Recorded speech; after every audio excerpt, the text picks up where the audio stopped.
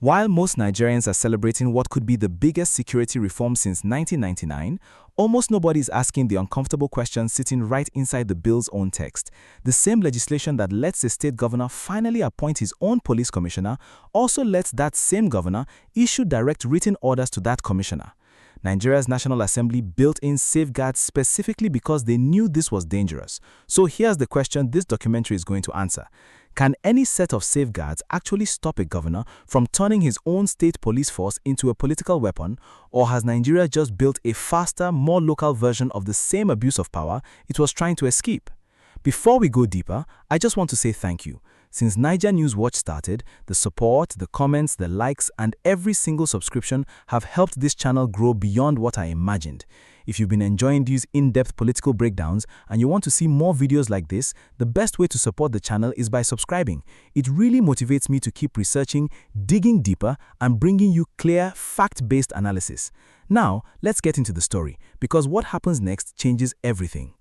Yakubu runs a small provisions shop in a town in Nigeria's northwest, in a state that has seen repeated bandit attacks on surrounding villages over the past several years. He has lived through the specific, familiar frustration of watching a call for help take far too long to reach anyone with the authority to act, because the nearest police command answers to Abuja, not to the local government officials who actually understand which roads the bandits use and which villages are most exposed right now. Part of him is genuinely hopeful that a police force built and managed locally could finally close that gap. But Yakubu has also watched his own state governor use other government institutions before, tax authorities, local council chairmen, state media, to lean on critics and political rivals. And he can't shake a quieter, more uneasy question. What happens when that same governor also controls the police? What exactly happened, in plain terms?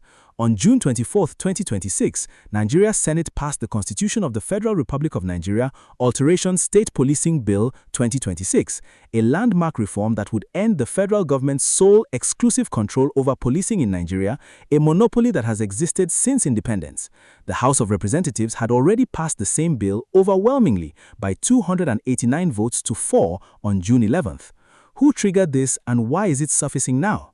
President Bola Tinubu himself transmitted the bill to the National Assembly as an executive bill, and both chambers moved it through unusually fast, in some cases finishing all legislative stages within a single day, with senior officials from the presidency and state governors granted rare access to watch the Senate vote in person. The timing matters enormously. This reform is arriving less than a year before Nigeria's January 2027 general election, which means the same governors who would gain new police powers are also the same politicians about to fight some of the most consequential elections of their careers. Let's look at the actual structure behind this story, the real rules being written into Nigeria's constitution right now. The bill amends sections 214, 215, and 216 of the 1999 Constitution to formally recognize two separate policing structures for the first time in Nigerian history: a restructured federal police service and independent state police services controlled by individual state governments. To become law, the bill must be ratified by at least 24 of Nigeria's 36 state houses of assemblies, then signed by the president, a process that was still actively underway across the states as of this recording. Here's what the bill actually gives governors, and it's significant.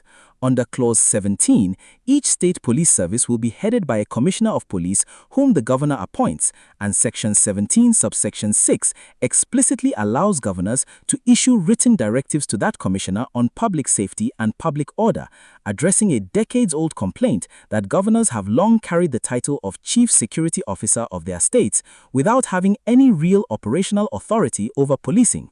But here is the gray area the National Assembly itself clearly worried about and tried to close. Section 17, subsection 7 immediately limits that same directive power, explicitly stating a state commissioner cannot be ordered to arrest, detain, or target anyone unlawfully. The bill separately and explicitly bars governors from directing police to target individuals, political parties, associations, or groups, and expressly forbids using police powers for partisan, ethnic, religious, sectional, or personal purposes. A governor can't even appoint a commissioner entirely on his own. That appointment must first be recommended by the National Police Council, then confirmed by a 2/3 majority vote of the State House of Assembly, and removing a sitting commissioner requires a stated cause, a fair hearing, and that same 2/3 legislative majority. On paper, these are genuinely serious guardrails. Whether they hold up against real political pressure once actual state police forces exist on the ground is the entire question this documentary is built around. Now, let's go deep into who benefits from this reform, who's threatened by it, and where the real risk actually sits. Let's start with who benefits, and there's a genuinely strong case here. Senate leader Opeyemi Bamidele, who led debate on the bill, argued directly that Nigeria's single centrally controlled police force, designed back in 1999, has simply failed to keep pace with the country's modern security challenges, a point that resonates strongly in places like Yakubu's own town, where the gap between an attack happening and help arriving has cost lives repeatedly. Communities in states hit hardest by kidnapping and banditry stand to genuinely benefit from officers recruited locally who understand the terrain, speak the local languages, and can build the kind of community intelligence that a distant centrally deployed federal force often cannot. Here's your first real tension point. State governors are without question the single biggest political winners in this reform, and it's worth being honest about exactly how much power they're gaining. For decades, governors carried the title Chief Security Officer of their state without having any real operational authority over policing, a genuine mismatch between formal responsibility and real authority. This bill closes that gap directly, handing governors real appointment power and real, if legally restricted, command influence on a police force for the very first time. Whether you see that as a long overdue correction or a dangerous concentration of new power likely depends entirely on how much you trust the governor of your own state specifically, which is exactly the uncomfortable, deeply personal calculation millions of Nigerians like Yakubu are quietly making right now. Who stands to lose power here? Primarily, the Nigeria Police Force's own federal leadership, which loses its decades-long federal constitutional monopoly, and by extension, the federal government's uniquely centralized grip on internal security nationwide. Even though it's important to note, the federal government retains extensive emergency intervention powers under this bill, meaning Abuja is not walking away from security entirely, simply sharing it in a genuinely new way. The electoral implications here are sharp, and this is your strongest tension point of the entire video. Critics across the political spectrum, including retired security chiefs, lawyers, and multiple opposition parties, have explicitly warned about what one senator called the terrifying prospect of governors weaponizing these new forces as personal tools of political control ahead of the January 2027 general elections specifically. That is not a vague theoretical fear. It is a concern raised repeatedly, on the record, by people directly involved in passing this legislation, precisely because Nigeria's political history includes real documented instances of governors and other powerful state actors using the institutions available to them to pressure critics rather than serve the public evenly, which is precisely why so many of the safeguards described in Section 3 exist in the bill's own text in the first place. The fact that the National Assembly itself felt compelled to explicitly prohibit governors from targeting individuals or political groups tells you the risk is not hypothetical or paranoid. It's a risk the bill's own drafters took seriously enough to write direct constitutional prohibitions against. The regional implications differ sharply too. States that have suffered the worst of Nigeria's security crisis across the northwest, north-central, and parts of the southeast and south-south have the most to gain from faster, locally responsive policing, but are often the same states where local political structures are least transparent and most personally controlled by a single dominant governor or godfather networks, meaning the exact places that need this reform most may also be the places most vulnerable to its misuse. Now, the silent players actually shaping how this plays out. The National Police Council, chaired by a presidential appointee and including the Attorney General of the Federation, all 36 state attorneys general, retired police chiefs from each of Nigeria's 6 geopolitical zones, and civil society representatives like the Nigerian Bar Association and the National Human Rights Commission is arguably the single most important silent institution in this entire story, because it is the body actually responsible for recommending commissioner appointments and reviewing removals, meaning its independence or lack thereof will determine in practice whether the bill's safeguards mean anything at all. State houses of assembly are silent players too, since their 2/3 vote requirement for both appointing and removing commissioners is the last line of defense against governor overreach, a defense that is only as strong as how genuinely independent those state legislatures actually are from their own governors, something that varies enormously from state to state across Nigeria. And civil society groups like Afenifere, along with opposition parties like the People's Redemption Party, are quietly pushing for stronger legislative language even now during the ratification process, precisely because this is the last realistic window to tighten the safeguards before they become permanent constitutional law. The timeline of moves and countermoves has unfolded fast. The House of Representatives passed the bill on June 11, 2026 by an overwhelming 289-4. The Senate followed on June 24 after a coordinated push by the executive and legislative leadership, briefly delayed only by an electronic voting system failure that forced a manual show of hands votes. Within 24 hours, speakers of all 36 state houses of assembly, state governors, the Forum of APC speakers, and even the opposition Labour Party publicly endorsed the reform. But that same 24-hour window also produced immediate vocal pushback from retired security officials, lawyers, and opposition figures, raising exactly the abuse concerns this documentary is built around.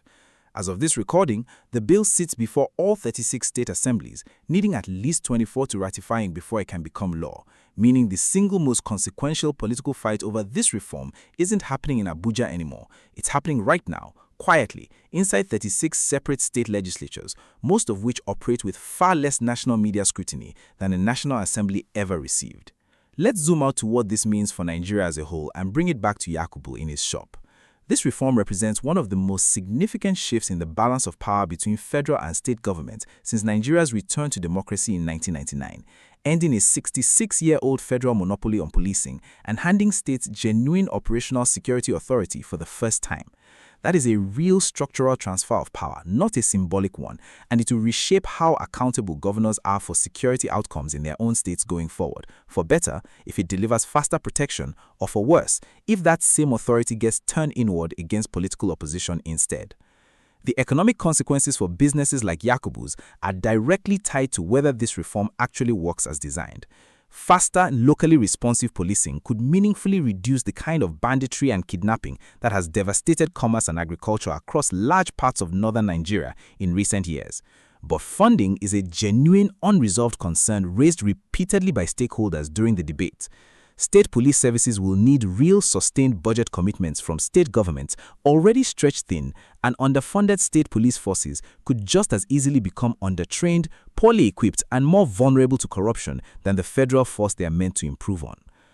There are real security implications down the line too, cutting both ways. If implemented with genuine independence and proper funding, state police could close exactly the local response gap that has cost lives in communities like Yakubu's. If governors succeed in quietly capturing that independence over time, Nigeria risks trading one familiar problem, a distant, slow-moving federal police force, for a new one. Dozens of separate locally controlled forces, each one only as trustworthy as the individual governor commanding it. Let's still man both sides honestly here, because this is a genuinely close call, not a story with an obvious right answer. The strongest argument for the reform is that inaction has its own serious costs. Nigeria's centralized police model has repeatedly, demonstrably failed to protect communities in real time, from historic mass kidnappings to more recent attacks, and Senate Leader Bamidele's underlined point that a single centrally controlled force designed in 1999 cannot adequately police a country this large and this complex has genuine merit that even many critics of the bill's specific safeguards do not dispute. The National Assembly did not pass this reform blindly either. Lawmakers held public hearings across all 6 geopolitical zones in July 2025, consulted the Nigeria Governors Forum, the Conference of Speakers of State Legislatures, and the Nigeria Police Force's own leadership, and the police force itself reportedly submitted a memorandum supporting the proposal. The strongest argument against unchecked implementation is equally serious. Nigeria's political history includes real, well-documented instances of governors and other powerful state actors using the institutions available to them to pressure critics rather than serve the public evenly, which is precisely why so many of the safeguards described in Section 3 exist in the bill's own text in the first place. The fact that the National Assembly itself felt compelled to explicitly prohibit governors from targeting individuals or political groups tells you the risk isn't hypothetical or paranoid. It's a risk the bill's own drafters took seriously enough to write direct constitutional prohibitions against. Where does the truth land? Probably in the uncomfortable middle. This reform is neither guaranteed salvation nor guaranteed disaster. Its real-world outcome will depend almost entirely on 2 things that no piece of legislation can fully guarantee on its own: whether the National Police Council and individual state houses of assembly actually function as independent checks rather than rubber stamps, and whether Nigeria's civil society, media, and opposition parties stay vigilant enough in practice to catch and challenge abuse the moment it starts, rather than only after real damage has been done. So what should you actually watch for in the coming months? Watch the state ratification process closely over these coming weeks, which states move quickly, which stall, and whether any state legislature publicly pushes back on specific clauses, since that would tell you a great deal about how seriously individual states are actually weighing the abuse of power concerns raised at the national level. Watch the National Police Council is actually staffed and how independently it behaves once state police commissioner appointments genuinely begin. A council that rubber stamps every gubernatorial nominee without real scrutiny would be the clearest early warning sign that the bill's safeguards are functioning as paperwork rather than genuine checks. Watch specifically how the first state police forces behave in the run-up to the January 2027 election.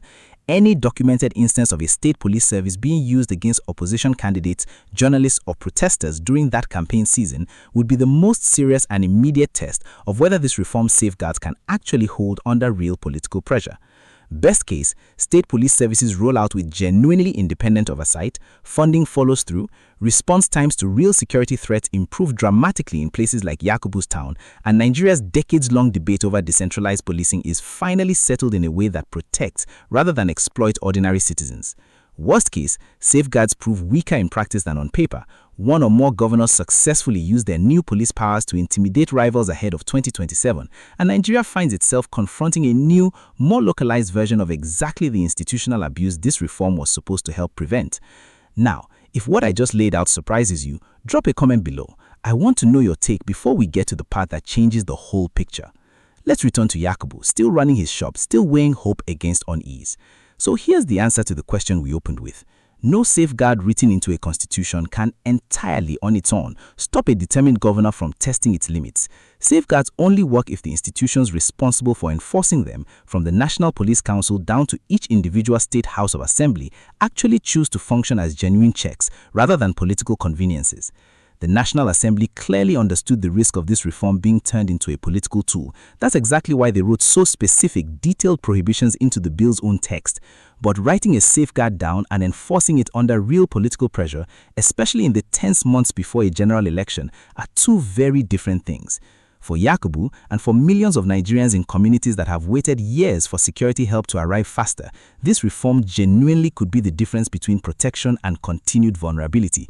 Whether it becomes that or becomes something closer to his quieter fear will be decided not by the constitutional text passed in June 2026, but by how honestly Nigeria's institutions and its citizens hold every governor accountable to that text once real police power actually sits in their hands.